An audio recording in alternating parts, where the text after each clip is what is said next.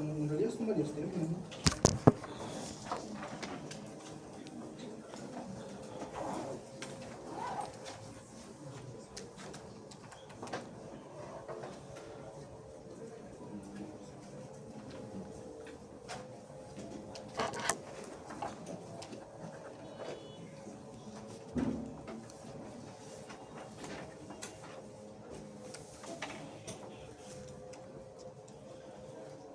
Uno es hablar de infecciones respiratorias y el otro es hablar de infecciones del tracto urinario, ¿no?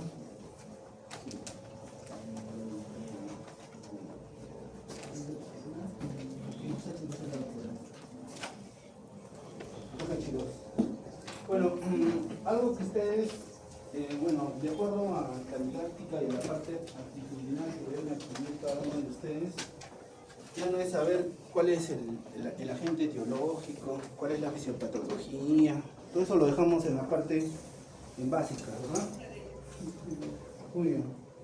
Acá lo que ustedes van a aprender en infectología no es volver a repetirles todo de nuevo, sino es hablarles cómo utilizar a partir de los análisis que ustedes han adquirido, o sea, los estudios que han adquirido previamente, en la parte de microparasitología, clínicas, toda la parte de patología, ¿no? Y ahora lo vamos a enfocar directamente a lo que es el tema infectología. O sea, vamos a hablar de las enfermedades con mayor incidencia y más prevalencia en el lugar donde estamos. Doctor, ¿vamos a hablar de encefalitis? No. Doctor, ¿vamos a hablar de ébola? No. Doctor, ¿vamos a hablar de Zika? Si es que se puede, ¿no? ¿Eso qué quiere decir? Vamos a hablar de las enfermedades más prevalentes y las más comunes, las cuales ustedes tienen que tener ya una perspectiva para que cuando sean médicos generales le estén enviando, ¿no? Para que ustedes puedan tratarlos y manejarlos de una forma adecuada, ¿ya? Entonces, vamos a hablar un poco de infecciones respiratorias, como por ejemplo la neumonía. Ahora, la neumonía, obviamente, ¿dónde es más prevalente? ¿En qué edades? Adulto mayor. Muy bien, adultos mayores de 60 años. ¿Qué más? Muy bien. En menores de 5 años, ¿verdad? Ya. ¿En quiénes más es prevalente? Muy bien. Pacientes que suben a un grado de inmunosupresión. ¿Qué más?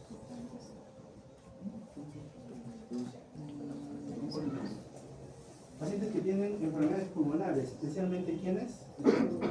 Muy bien, pacientes asmáticos y pacientes que tienen enfermedad pulmonar obstructiva. Ellos tienen mayor factor de riesgo de realizar neumonías, ¿verdad? A comparación de un paciente que hace enfermedad intersticial pulmonar, ¿no? Todavía no se sabe por qué, pero va relacionado con el proceso en el cual los pacientes con EPOC tienen la tendencia a acumular más agentes, ¿no? A comparación de un paciente con EPIC. ¿Ya? ¿Qué más? Si hablamos de pacientes inmunosuprimidos, obviamente pacientes con VIH. ¿Quiénes más? TB. Muy bien, pacientes diabéticos mal controlados, ¿no? Oncológicos. Ya, pacientes oncológicos, especialmente ¿quiénes? ¿De tumores sólidos?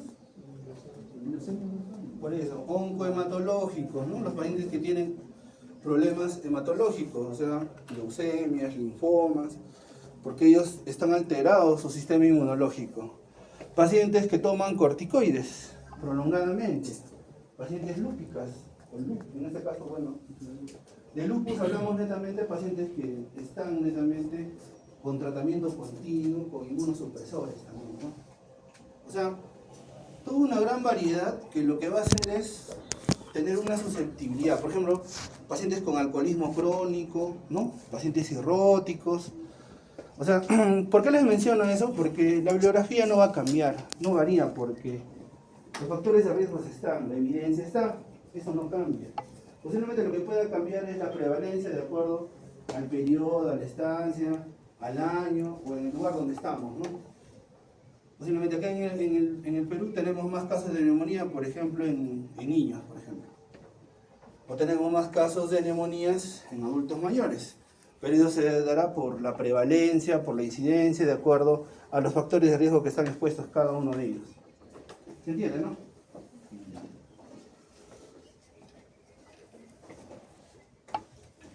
Entonces, por definición, la neumonía es un proceso caracterizado por la inflamación. Eso obviamente va a formar, se va a expresar a través de un consolidado, un edema, un infiltrado, a nivel pulmonar. Obviamente, la causa, ¿cuál es? Infecciosa. ¿Se entiende, no? Infecciosa. O sea, acá vamos a hablar de neumoconiasis. No. Acá les voy a hablar con respecto a las enfermedades más prevalentes que se relacionan con neumonías adquiridas en la comunidad. Obviamente, viendo la característica que tiene cada uno de los pacientes. Ya, ¿algún voluntario? Levanten la mano.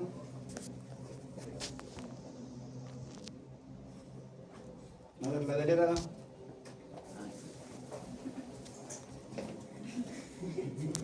¿Cuál es el nombre de la delegada? A ver, Geraldina. Léenos, por favor. Paciente varón de 80 años, edad, con antecedente de hipertensión arterial y diabetes 2, extraíodinacina con flexibilidad, trastorno de conciencia, productiva, con discapacidad respiratoria, de 6 a 7 días. Examen físico, presión arterial 100 sobre 60, frecuencia cardíaca 90 en el minuto, frecuencia respiratoria 31 respiraciones por minuto, saturación de oxígeno 80%, temperatura 36.5 grados centígrados. Por el tema de estado general, lo que es tórax, pulmones, tirajes, neumonía vascular pasa y de bases de ambos campos pulmonares, con crepitas difusas, sistema nervioso central hipoactivo, glándulo 11 y 15, y reacción al dolor. Ya. ¿Desearías añadir algún dato más para llegar a tu diagnóstico o está claro el diagnóstico?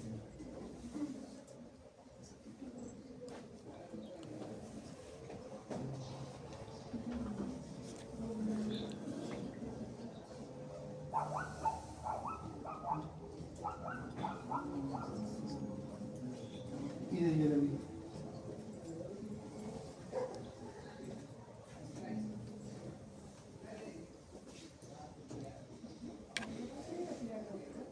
O sea, estamos hablando de un caso de neumonía. No es una falla cardíaca, no es un edema agudo de pulmón de tipo cardiogénico, o una tromboembolia pulmonar. ¿Sí? Lo característico es así que se presenta un cuadro de neumonía así. Ya, ok. ¿Qué más? ¿En qué paciente serviría el cambio de coloración? ¿En qué paciente yo sí prevalecería, ¿no? ¿Qué antecedente tendría que tener el paciente para yo justamente ver si ha habido un cambio de coloración en su estudio? Muy bien, pacientes con EPOC, ¿no? Claro, o pacientes asmáticos, ¿no? Que obviamente ellos tosen continuamente, pues. Entonces, como ellos expectoran, la coloración normalmente de ellos es blanca o a veces amarillenta, ¿no? Pero si viene un color medio salmonado, verdoso, ya tú más o menos podrías pensar de que está en un cuadro infeccioso, ¿no? Muy bien. ¿Pero el paciente tiene ese antecedente?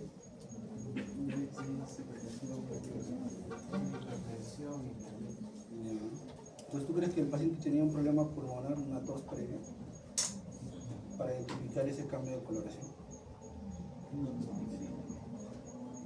¿Qué otra cosa ustedes preguntarían, o en ese caso buscarían dentro del examen físico para más o menos guiar su diagnóstico principal?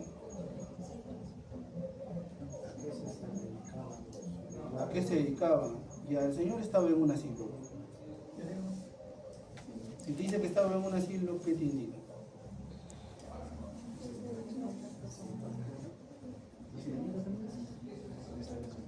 O sea, todo paciente que esté en un asilo está asignado. ¿Cómo es un asilo?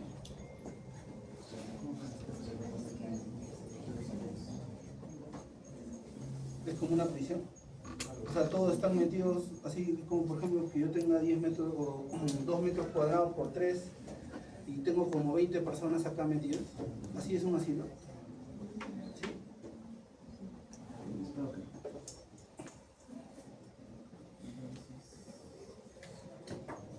Ahora, antes se hablaba, bueno, algunas guías mencionan, ¿no? Actuales, hablan de la neumonía asociada a atención en salud. Así lo mencionan, ¿no? Si ustedes lo han leído, es porque lo catalogan dentro de lo que es neumonía nosocomial. Algunas guías. En este caso, la ITSA lo cataloga dentro de lo que es neumonías adquiridas en la comunidad. O sea, así el paciente ya ha recibido tratamiento dentro del asilo, por ejemplo. ¿Ya?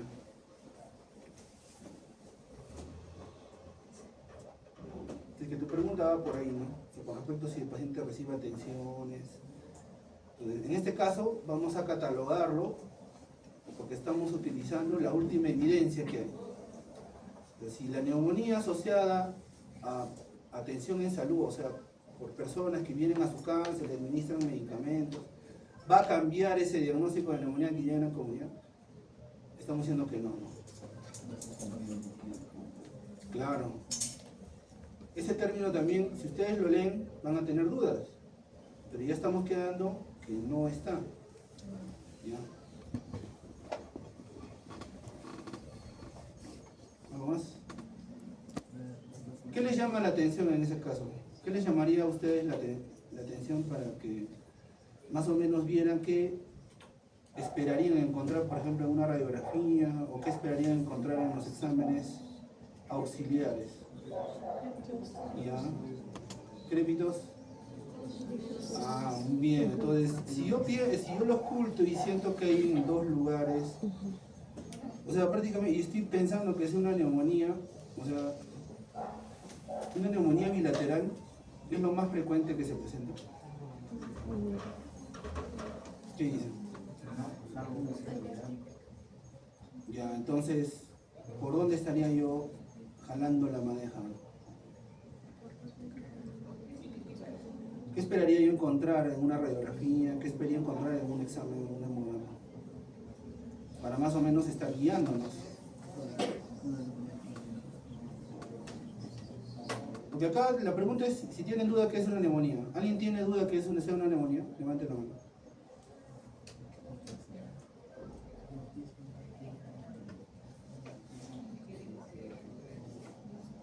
¿El tiempo qué te indica? ¿Es un cuadro agudo, subagudo, crónico? ¿Qué te dice? Ah, no. Estamos hablando de un problema respiratorio. La agudeza se va a medir de acuerdo al órgano afectado. Acuérdense de eso. Ya.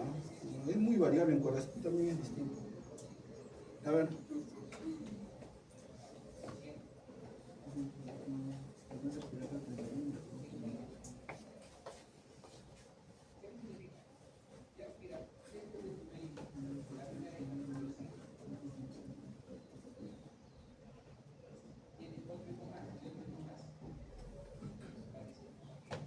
A mí lo que me llama la atención ahí es la saturación que tiene el paciente.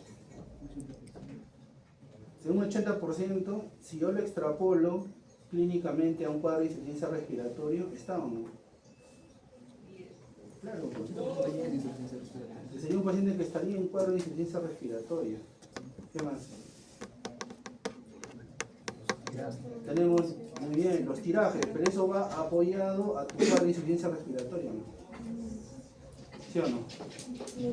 Ya. Uno, por ejemplo, por ahí me puede decir, doctor, y si hablamos de un síndrome de déficit respiratorio, ya, entonces la pregunta sería, ¿cómo llegamos al diagnóstico de un cuadro de síndrome de déficit respiratorio en un adulto?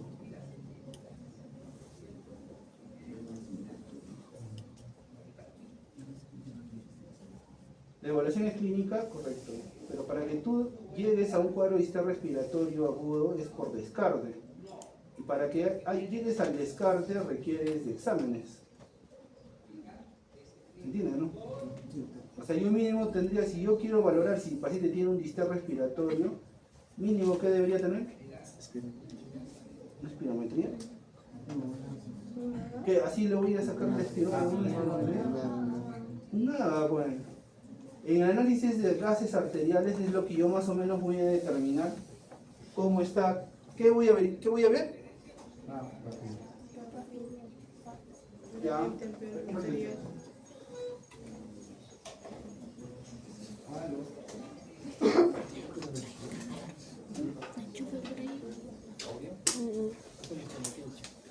Nadie ahí, ¿no?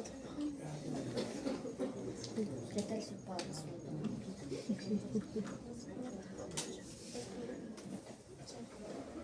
Ya, ¿qué verías? El PANFI, ¿qué más? La diferencial, ¿no? ¿Qué diferencial?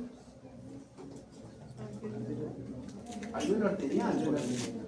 Porque si yo estoy hablando de un consolidado, ¿el consolidado dónde crees que va a estar? ¿En el intersticio? ¿Va a estar en el vaso? ¿Dónde va a estar? En el alveolo, pues, ¿no? Si yo hablo de neumonía, el lugar donde va a estar afectado es a nivel del alveolo. Ahora, de que ahí pasado el tiempo puede llegar a complicarse, bueno, sí, pues, ¿no?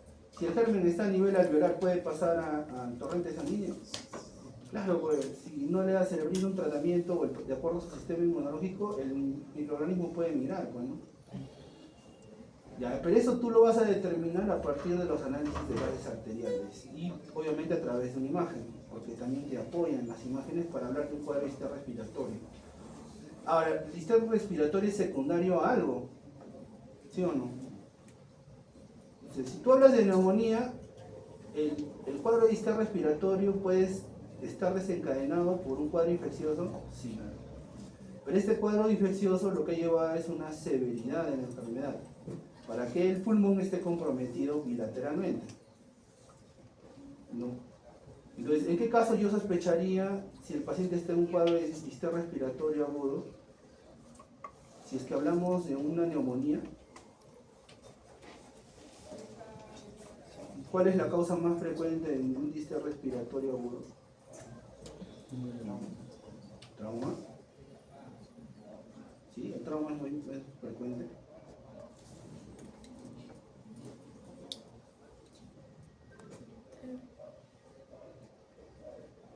Algo que posiblemente el paciente puede ser que esté llevando. Muy bien. Entonces hablamos de un cuadro de sepsis. Ahora, teniendo los datos, ¿podríamos pensar que el paciente está en sepsis?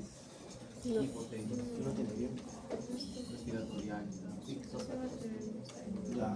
Entonces acá entramos a un tema, en la cual podríamos valorar la existencia de una sepsis, ¿no? En la actualidad, chicos, evaluar un adulto mayor con trastorno de conciencia en la actualidad no es como un adulto joven o un adulto menor de 60 años. Lo que te indica la evidencia es que mínimo debes tener exámenes auxiliares. En los adultos mayores lo que se ha visto que utilizar el Quick SOFA te va a poder llevar a una baja especificidad. Y eso te puede llevar a que no desarrolles bien otras enfermedades que pueda tener el paciente. ¿Por qué te puedes concentrar netamente en el cuadro séptico? No te olvides que es un adulto mayor. Los adultos mayores no hacen fiebre. Los adultos mayores hacen cuadros confusionales. Entonces, si tú te basas netamente en un cuadro séptico, entonces puedes malinterpretar eso y puedes llevar que de repente el paciente que realiza un accidente cerebrovascular o el paciente está con una encefalopatía estructural, ¿verdad? Entonces, el Quick SOFA no tiene que hacérselo solo, o sea, no tienes que evaluar el Quick SOFA solo en un adulto mayor, es lo que te quiero decir. Igual son los pacientes pediátricos, ¿no? En los pacientes pediátricos, evaluar solamente, por ejemplo, con análisis laboratorial tampoco te ayuda. Entonces, también tienes que evaluar la parte clínica del paciente. En este caso, no solamente es la evaluación clínica, sino también es la evaluación con exámenes complementarios. ¿Ya? Entonces, tenemos un paciente que está con trastorno de conciencia, aparentemente en un cuadro séptico, con una neumonía bilateral o con un compromiso pulmonar bilateral, con un cuadro de enfermedad aproximadamente de 4 días y que tiene antecedentes de diabetes y hipertensión arterial, ¿correcto? Bien. ¿Cuál sería mi manejo? Entonces le pido hemograma, glucosa, ureacreatinina, le saco obviamente un AGA y electrolitos y le pediría una radiografía de tórax. Mínimo, ¿sí o no? Muy bien.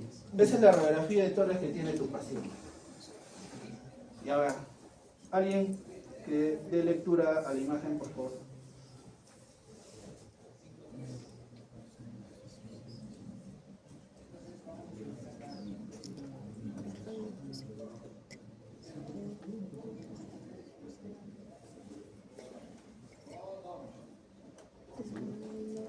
Superior, izquierda y la luna superior,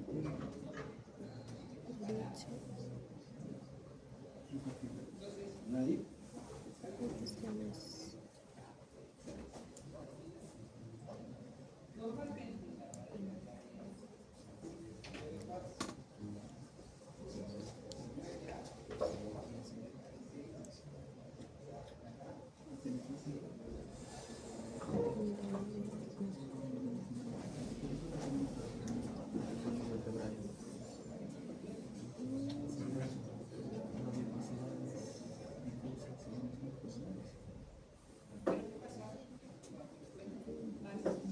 Vamos chicos.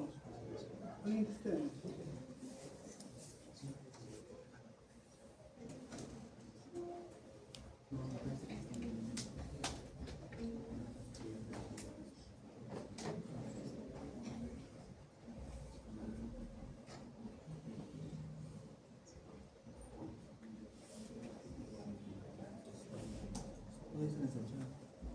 A ver.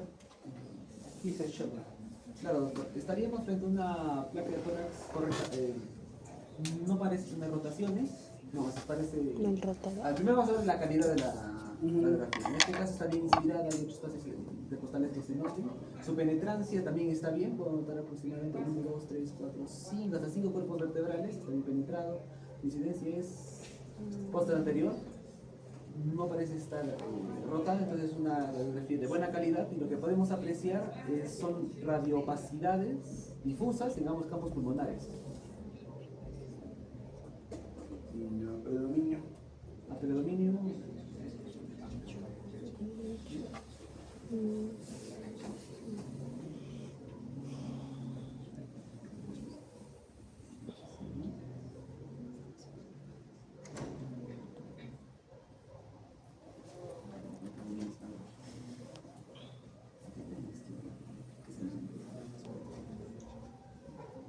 pero mira la base de la izquierda.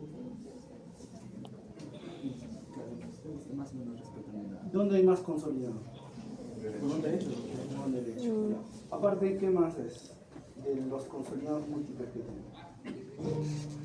La Borramiento. No, Bueno, de este lado sí tiene un poco, ¿no? Ajá. Del lado izquierdo. ¿Podemos decir que respeta el lóbulo inferior izquierdo, doctor? No parece haber mucho compromiso. Ya, pero otro patrón. ¿Cuál?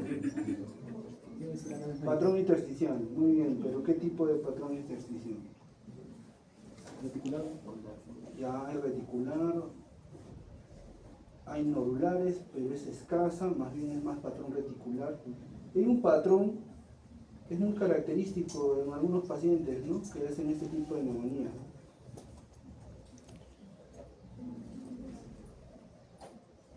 Ya digamos que no lo has visto en la radiografía, digamos que lo has visto en la tomografía. ¿Cuál es ese patrón?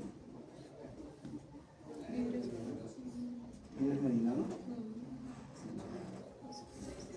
Patrón vídeo deslumbrado. Es un patrón vídeo deslumbrado. ¿Característico de qué? COVID, ¿no?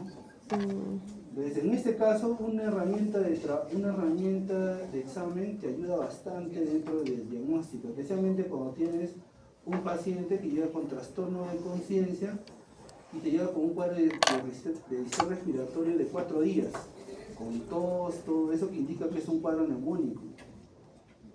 Entonces, obviamente te ayuda bastante, porque normalmente los pacientes que vienen con neumonía vienen con un cuadro, obviamente con fiebre, puede venir confusional, pero normalmente está localizado, pues, ¿no? Está lentamente localizado. Aparte, obviamente puede haber complicaciones propias del cuadro de distrés o por el mismo COVID, ¿no? Puede provocar en algunos casos atelectasias, puede provocar rotura, llegar a neumotoras en casos muy extremos. Entonces, si tenemos un paciente donde tenemos una imagen, donde tenemos un patrón consolidativo, ¿ya? Y yo veo y me planteo y digo un caso de COVID, ¿no? Una neumonía viral en un paciente adulto mayor con compromiso bilateral. Ok. Si yo estuviera en la emergencia, ¿cómo lo trataríamos a este paciente? Oxígeno. Si digamos te ingresa rápidamente y ves la imagen nada más, ¿qué es lo que tú inmediatamente actuarías? Oxígeno. Muy bien. Entonces, si el paciente viene con un cuadro confusional, mínimo yo tengo que saber si el cuadro confusional es por el cuadro de hipoxia, ¿no? O en este caso de hipoxemia, o el cuadro confusional puede ser por otra causa. Por eso que los exámenes auxiliares te ayudan bastante. Ahora, tú mejoras la parte del patrón, la parte de la saturación de oxígeno, mejoras la saturación, le brindas oxígeno suplementario. Ahora, la pregunta para ustedes sería, ¿no? Si hablamos de un paciente con insuficiencia respiratoria aguda, ¿qué parámetros yo valoro? Uno, para iniciarle, por ejemplo, de bajo flujo, alto flujo, o utilizar, por ejemplo, oxígenos Cánula. con cánula de alto flujo, o utilizar oxígeno con, en este caso, que entre a ventilación mecánica. ¿Qué criterios debo tener en cuenta? Por ejemplo, ¿en qué casos podría utilizar bajo flujo? Por ejemplo, cánula. ¿Cómo debería estar mi paciente?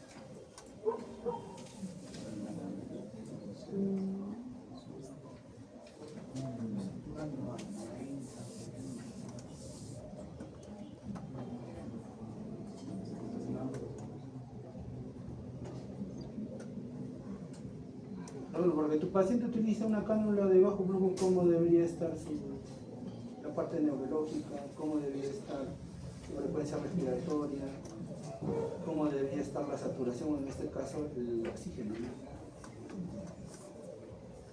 Igualito, si yo quiero utilizar de alto flujo, ¿cuáles son esos parámetros, por ejemplo, para utilizar máscara Venturi? Si en caso voy a utilizar máscara de reservorio, o perdón, máscara con reservorio. Acá, por ejemplo, ¿qué le pondrías tú?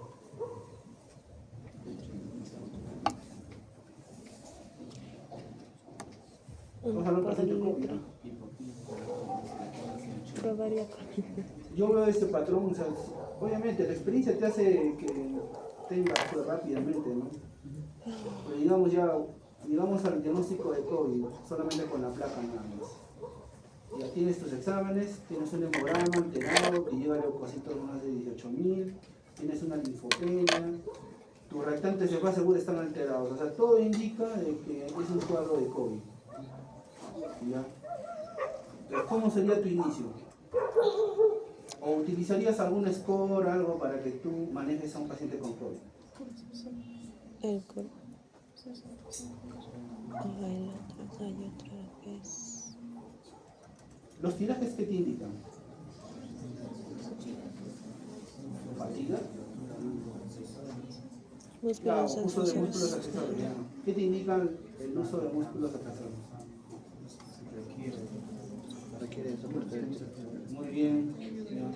Entonces, ya, una opción es que ingrese con alto flujo, por el compromiso. Entonces, en la imagen yo valoro, pues, tengo mi imagen, ¿cuánto crees de compromiso pulmonar tiene ahí en esa radiografía? 80%, un poco más, ¿no? Puede llegar hasta un 90%. Entonces, yo podría utilizar alto flujo con máscara de reservorio o utilizaría una cánula de alto flujo. ¿Por qué? Porque la cánula de alto flujo lo que va a hacer es disminuir el espacio muerto. Al disminuir el espacio muerto, ¿cuánto es el espacio muerto anatómico respiratorio? ¿O de la rama bronquial? Ya, esa parte supuestamente ya lo tienen ustedes tácito, ¿no? Entonces, ese espacio, esa cantidad de volumen es lo que va a desaparecer. Porque el alto flujo lo que va a hacer es meter todo el oxígeno posible a los lugares que no están dañados. ¿Se entiende, no? O sea, lo que esté inflamado, obviamente ahí va a entrar el oxígeno. No. La otra opción es que entra ventilación mecánica. Ahora, la pregunta sería, a ventilador mecánico. La pregunta sería para ustedes, ¿cuáles son esos criterios para que el paciente entre a ventilador mecánico? Ahí hay unos criterios, ¿no? Acá sí se figuran algunos criterios. Pero ¿cuáles son esos criterios para que tu paciente entre a ventilador mecánico? Ya, ¿qué más? Confusión. Tiraje. Ya que el paciente tenga hipercapnia, ¿cuánto? ¿Cuánto tiene que estar su presión arterial de oxígeno? ¿Cuánto tiene que estar su frecuencia respiratoria?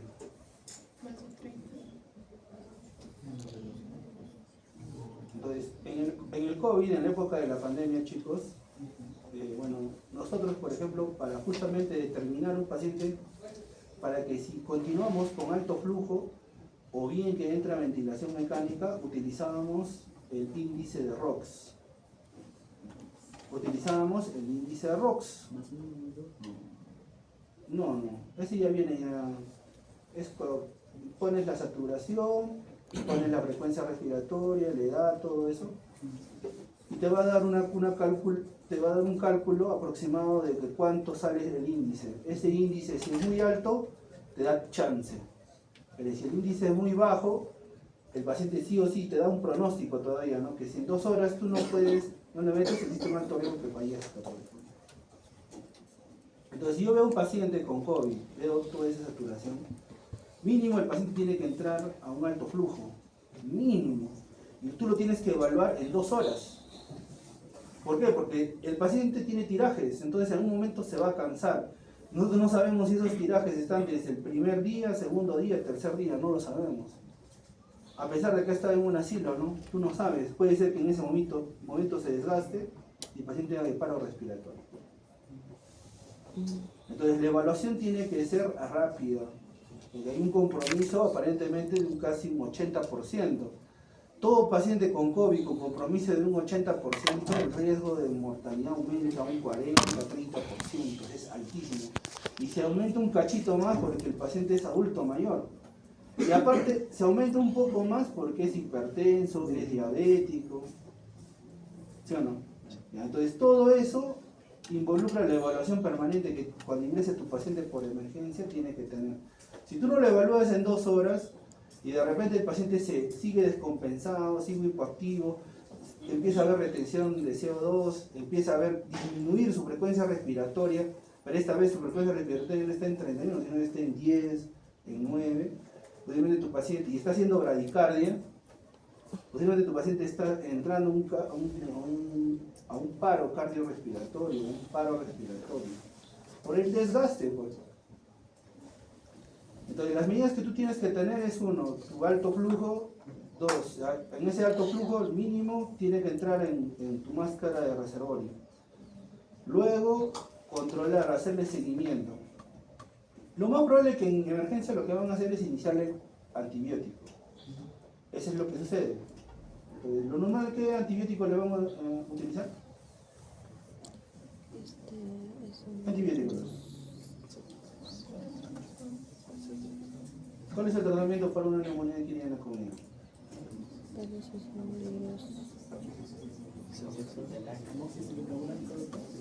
¿Qué amoxicilina le vas a dar?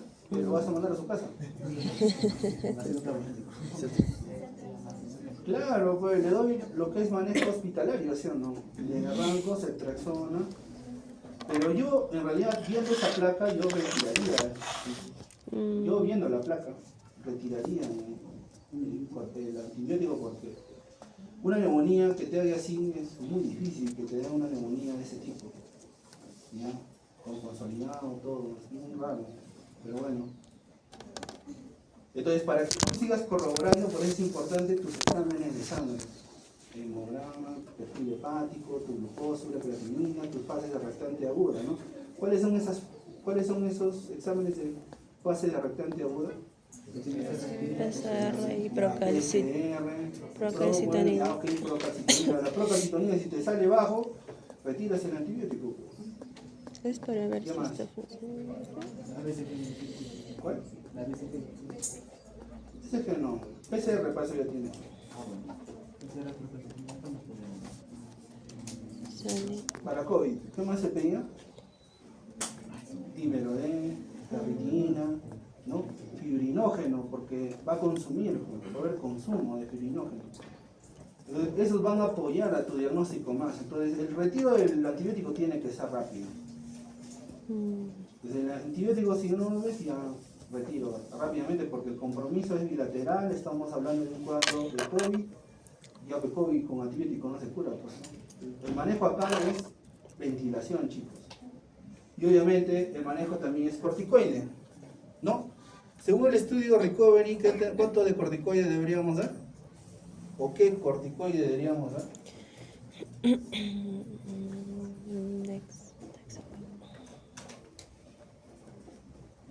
¿Qué corticoide? Dexa. No, no, chicos. Dexa. Prednisona. Dexa.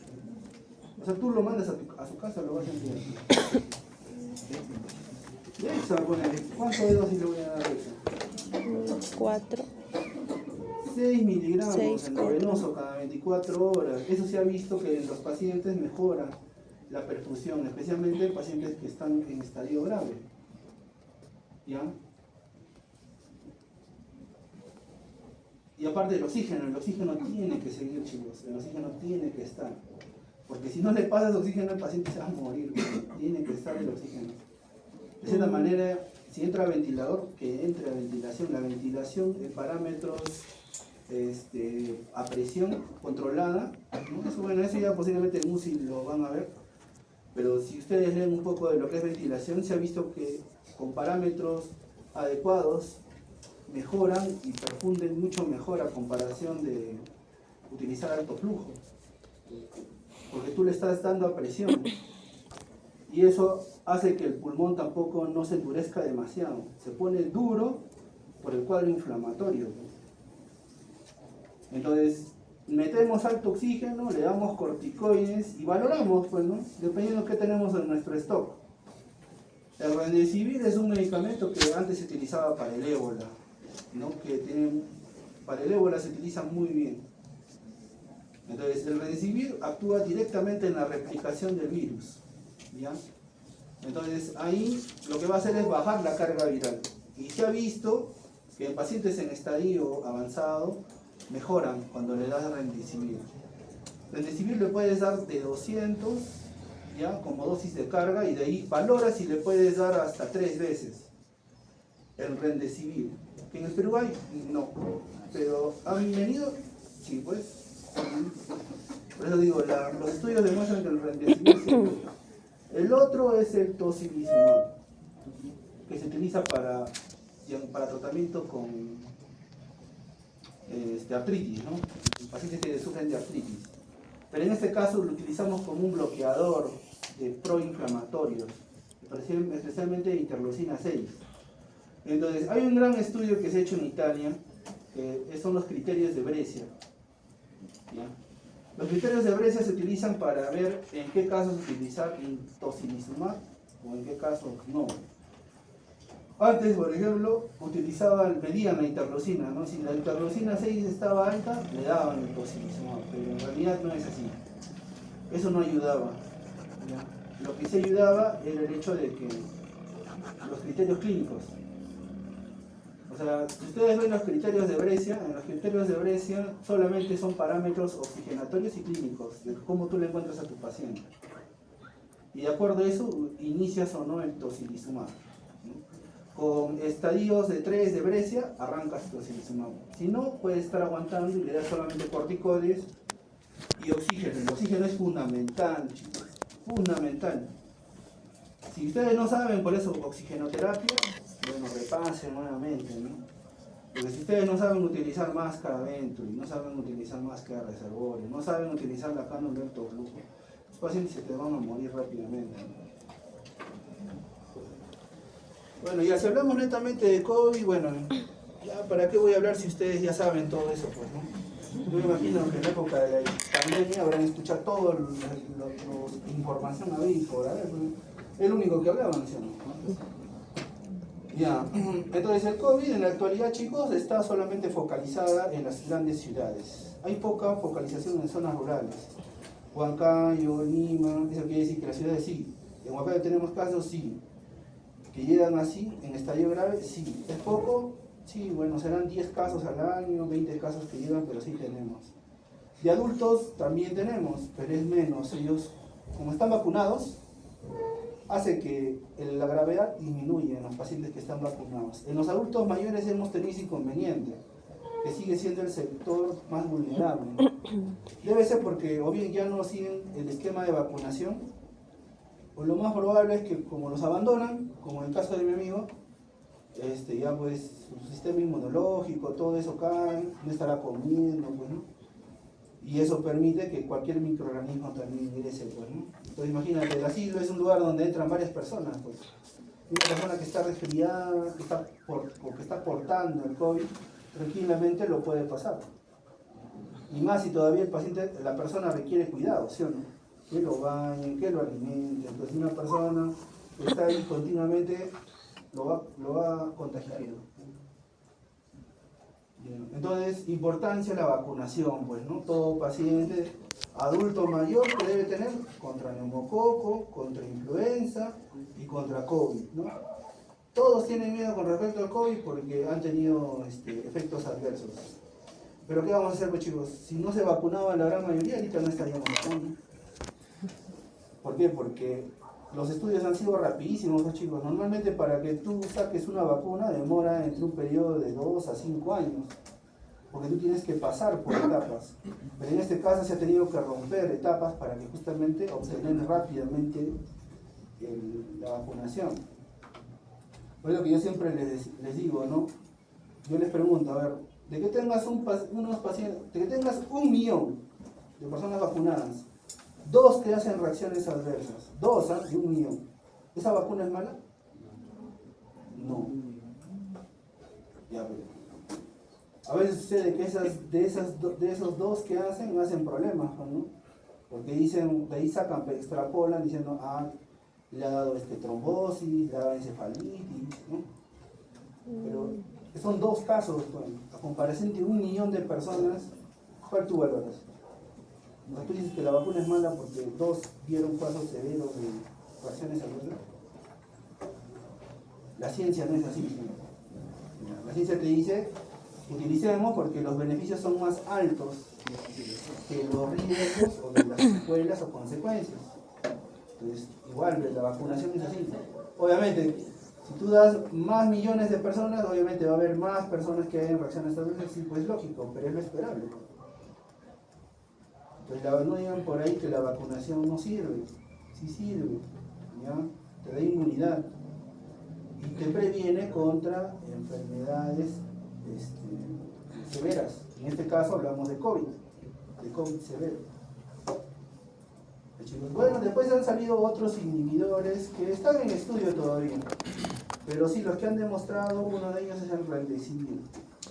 Ahora, lo que ustedes ven ahí, el molnupiravir, es un último medicamento que salió el año 2022, pero solamente lo utilizamos en casos leves, ¿no? Y el esquema es bien tedioso porque tienes que tomar como 3 tabletas casi como 6, entre 6 a 8 tabletas al día tienes que tomar. Y lo tienes que tomar en un periodo de 3 a 4 días aproximadamente. ¿Ya? Es el caso de COVID leve nada más.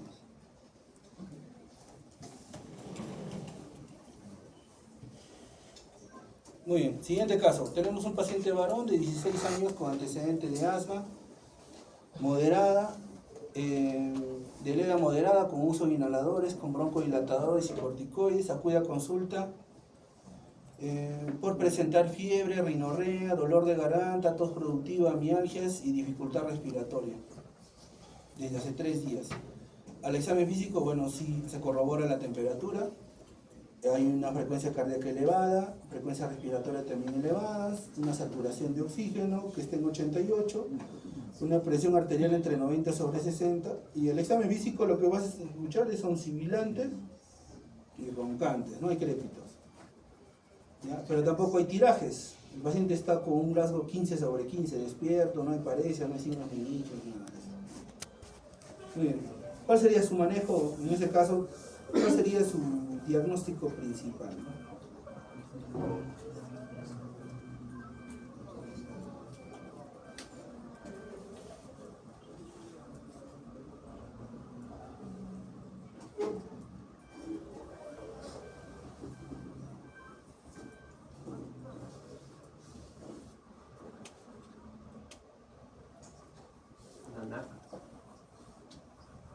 Ya, tú dices que es una neumonía que viene con... ¿Cuál sería el agente más probable que tenga el paciente? Es una descompensación. Acaba de presentar un rinorrea, fiebre, dolor de la tos productiva.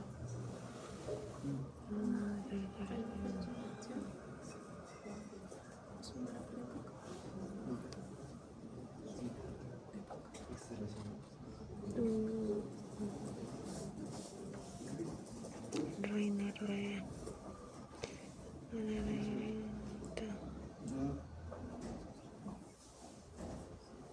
Iglesia 25, constelación 34. Si te dice que tiene una asma leve o moderada, ¿qué te entiende? ¿Qué entiendes usted? Ustedes chavos cuando dicen asma leve o moderada. Factor de riesgo. ¿Ah? Menos de 2 episodios. ¿Cómo? Leve, moderado.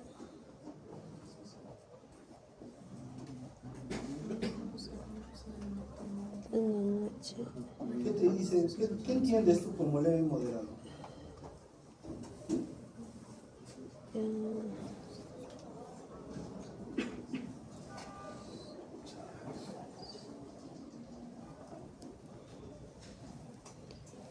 Leve, moderado.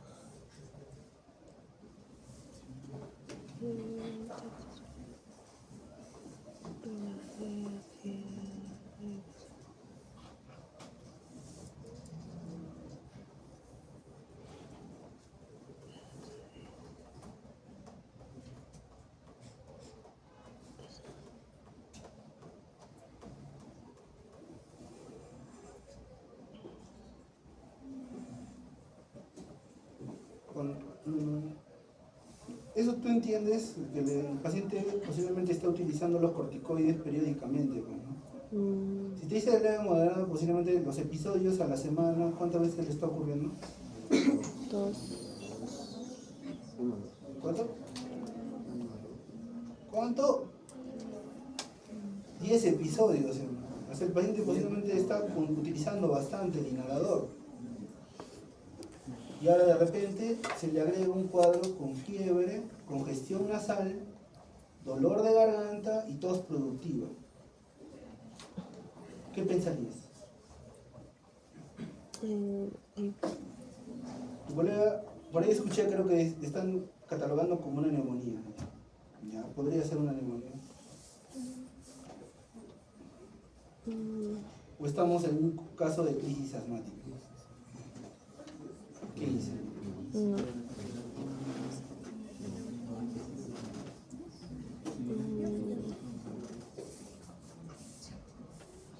Opera tiene sibilantes.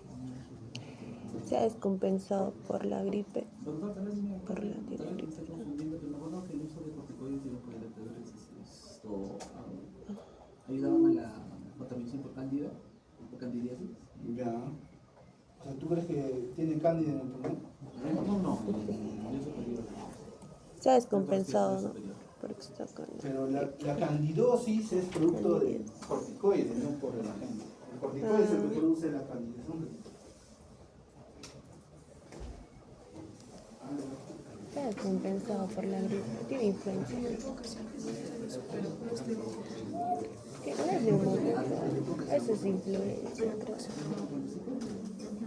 O no sé. Por las mialgias y diría micoplasma. Por las mialgias. Pero ambos campos pulmonares están bien. Solo tiene descompensación. Puede ser por su asma. No, eso es para el asma. Pues es los broncantes. Puede ser bronquitis. Bronquitis aguda. No hay. No hay ni contra nadie.